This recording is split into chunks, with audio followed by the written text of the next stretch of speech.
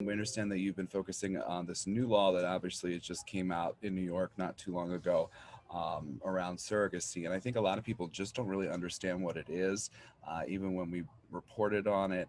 Tell us a little bit about what this law is and what kind of freedoms or restrictions it gives. I think it's a great point. I think a lot of people, even the practitioners, are trying to make heads or tails of it, and judges, because it's so brand new. And so, what we're talking about is the Child Parent Security Act, which was which came down in April of 2020, but went into effect this past February. And essentially, we went from New York being so behind the times in artificial reproductive rights to the forefront and the leader in the country, not only making surrogacy legal, because up until February of 2021, it was prohibited here in New York.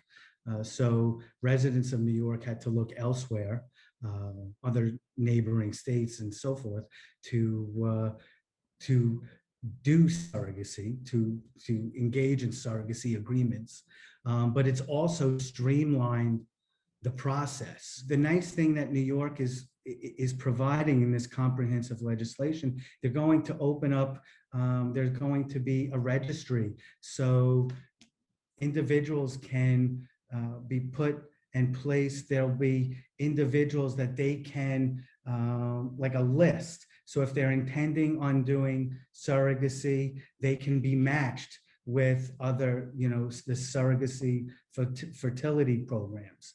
I suggest that they meet with a lawyer who knows, a family law attorney that knows the ins and outs of the surrogacy laws, because what's very important is that the surrogate and the individual, they need independent counsel. They can't be represented by the same people.